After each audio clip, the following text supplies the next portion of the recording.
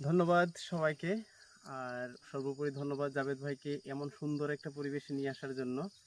আসলে আমি যদিও বাগানে থাকি, তবে বাগানের প্রকৃতিটা এদিক দিয়ে যে এমন সুন্দর, এই অরণ্যর মধ্যে যে বাগানটা, এই জিনিসটা আমার দেখা হয় নাই। ছোট থেকেই বাগানে বসবাস করি, কিন্তু এরকম কোনো পরিস্থিতিতে আসতে পারবো যে এটা আসলে ভাবতেও পারি নাই।